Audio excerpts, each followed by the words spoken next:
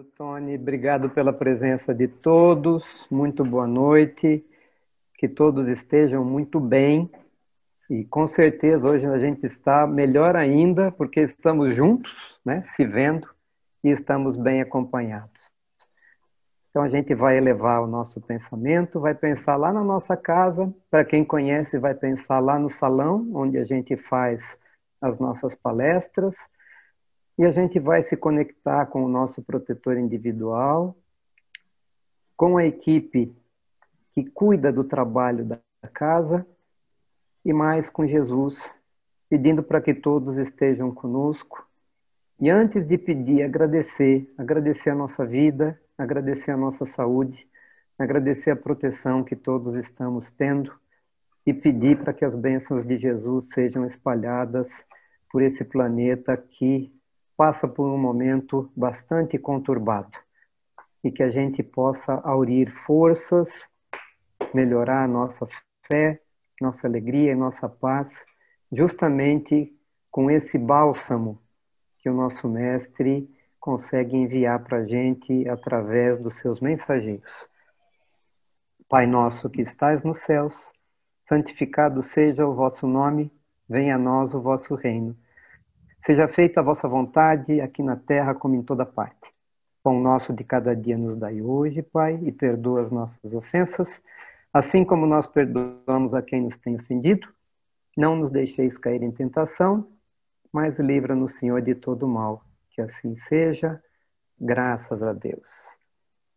Então a gente vai conversar um pouquinho hoje sobre o tema que o Tony falou, buscar e achareis. Eu vou compartilhar minha tela, que tem uma apresentaçãozinha, assim fica fácil de vocês acompanharem.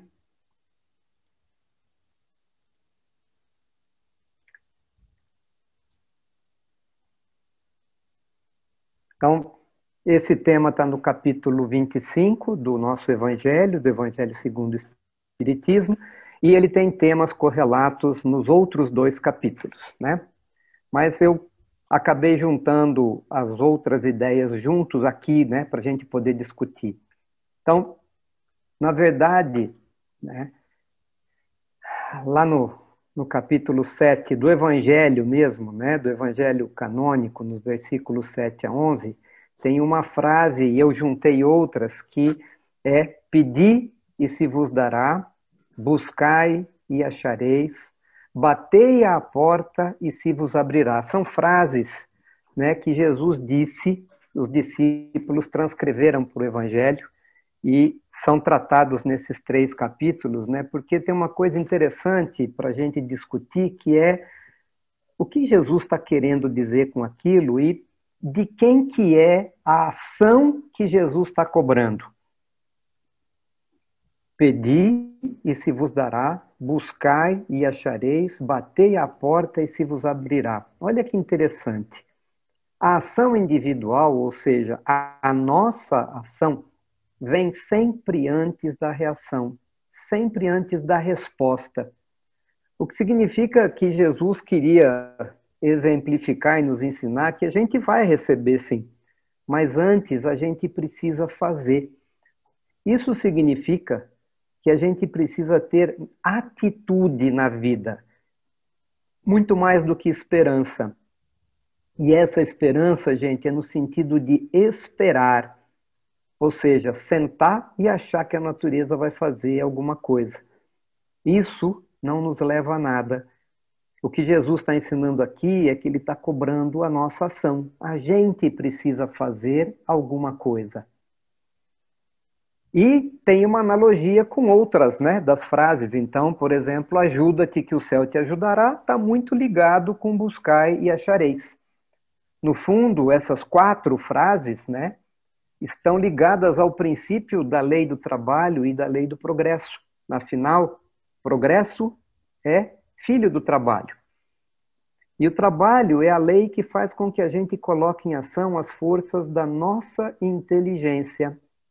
Inteligência que só nós, espíritos humanos, temos, né? E que a gente se gaba tanto de ser diferente, né, dos animais irracionais por conta da inteligência, e que tantas vezes a gente não utiliza na forma que a gente poderia e talvez até na forma com que a gente deveria.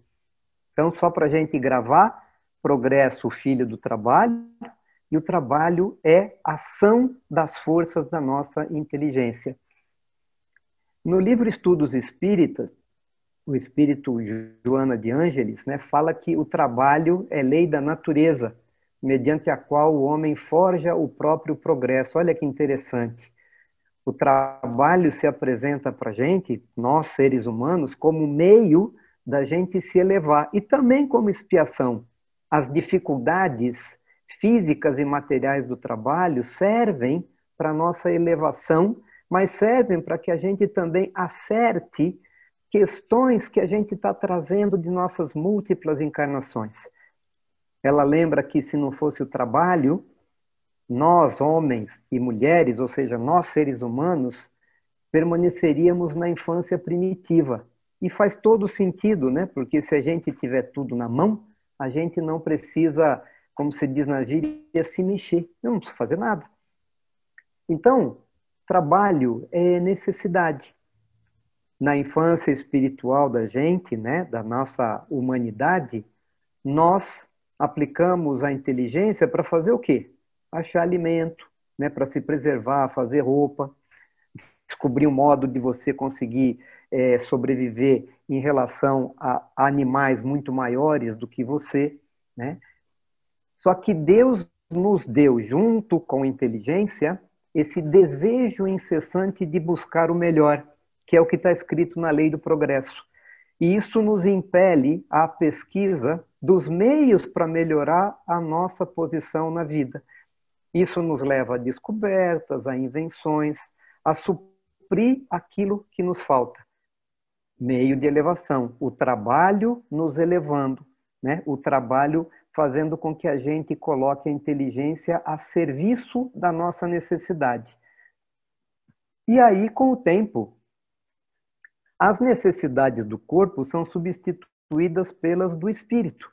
E é assim que a gente passa da selvageria para a civilização. Isso é evolução. E é resultado do trabalho, ou seja, mérito daquilo que a gente vem fazendo ao longo de muitas e muitas encarnações. A biologia prova para a gente que membros não usados definham. Isso acontece também com a nossa inteligência, se a gente não a utiliza. Se Deus tivesse isentado a gente do trabalho, a gente ficaria na infância espiritual. Por quê? Porque a gente não precisaria suprir necessidade alguma. Nós teríamos tudo à mão.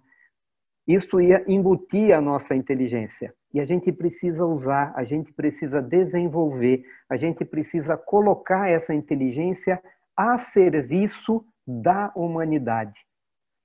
Então, isso gera responsabilidade com o nosso crescimento. Então, se a gente vai atrás de novo das 4 frases, eu coloquei só uma aqui, buscar e achareis, né? Significa que nós somos filhos das nossas obras, filhos das nossas decisões, daquilo que a gente faz. E a gente vai ter mérito, e a gente vai ter recompensa de acordo com o que a gente fizer. O desenvolvimento individual gera responsabilidade. E esse nosso desenvolvimento individual atua também no desenvolvimento coletivo, do qual nós também somos responsáveis.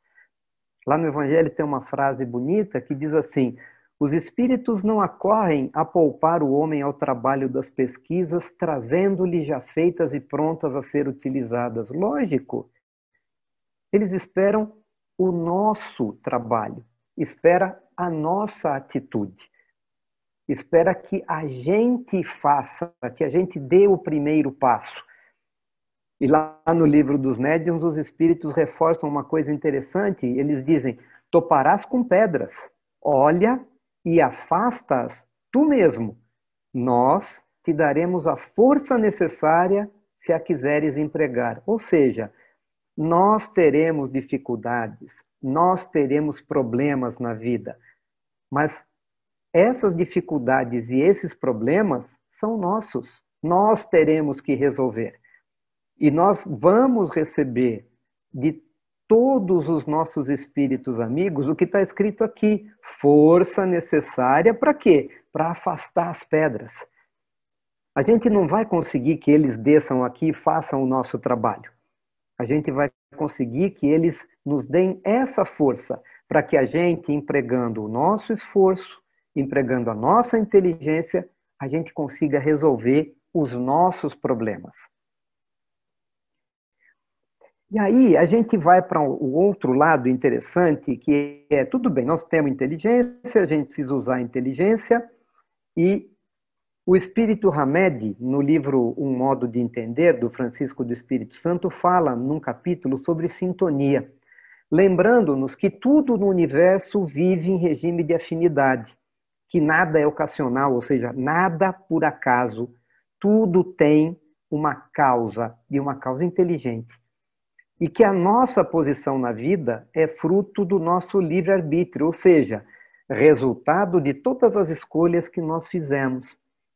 Que a gente nasce ignorante e que, pela lei da evolução, a gente caminha para a consciência, escolhendo a estrada a ser percorrida, livre-arbítrio. Por isso, responsabilidade individual. A estrada que eu estou trilhando é resultado da minha escolha. Se eu escolhi errado, eu escolhi errado. Ninguém escolheu errado para mim. E aí é que está a questão de sintonia. Com quem eu me sintonizo para fazer essas escolhas? Então, felicidade e infelicidade são subprodutos do nosso estado mental, porque é resultado de criação nossa.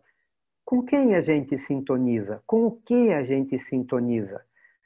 O nosso círculo doméstico, onde a gente nasce, é materialização dos nossos anseios e também das nossas necessidades. Então a gente está lá não por acaso, mas porque a gente precisa, e a gente precisa trabalhar lá. E aí ele lembra uma coisa interessante que o Santo Agostinho já tinha falado, que é: o que a gente faz hoje reflete no amanhã, da mesma forma que o que a gente fez ontem decide o nosso hoje, o atual. E o Santo Agostinho nos lembra que essa melhora pessoal se dá dia a dia e que a gente só vai percebê-la quando a gente conseguir hoje dizer: não, hoje eu fui melhor do que ontem. E aí no amanhã você poder dizer: fui melhor do que ontem, e assim sucessivamente. E eu preciso daquela ajuda que os espíritos disseram lá no livro dos médiuns, que eles nos dão, se a gente quiser. Então, eu tenho muito poder de criação no pensamento. O André Luiz fala isso no Mecanismos da Mediunidade, lembrando que o pensamento pode se materializar.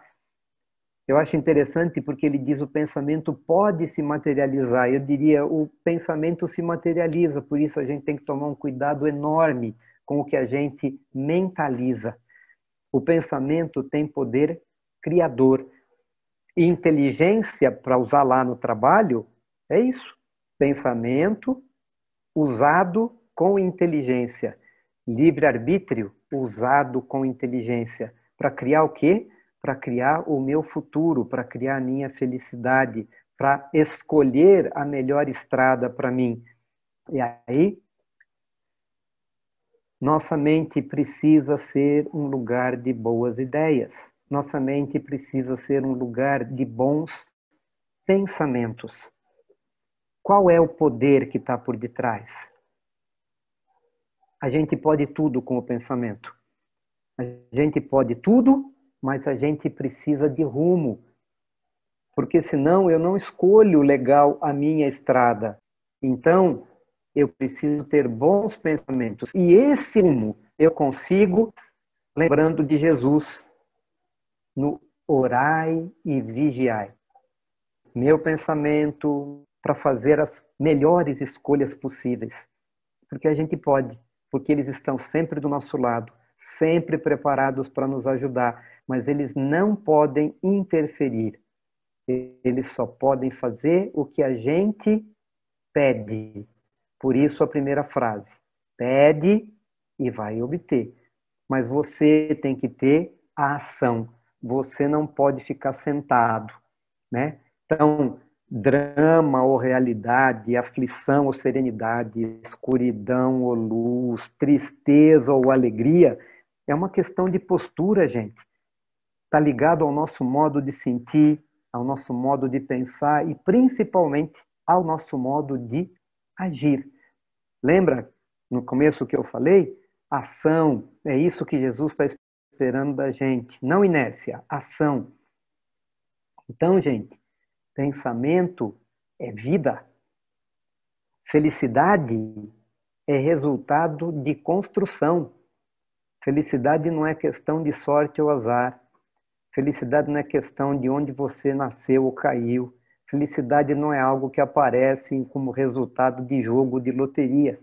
Felicidade é algo que a gente constrói para a gente e para aqueles que estão ao nosso lado. Nós somos os artífices do nosso caminho. Portanto, felicidade é nossa responsabilidade. Nós somos responsáveis.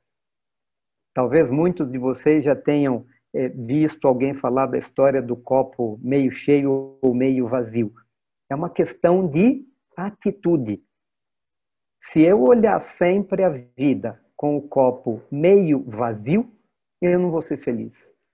Se eu olhar sempre o meio cheio e agradecer, gratidão, o meio cheio, eu posso estar construindo a minha felicidade. Então, dirigir corretamente o nosso pensamento é o que a gente precisa fazer. Então, cuidado com quem você se afiniza. Cuidado com o que você coloca diante de você, porque, como disse o André Luiz, a gente materializa, né? A gente plasma. E aí eu pergunto, o que a gente quer?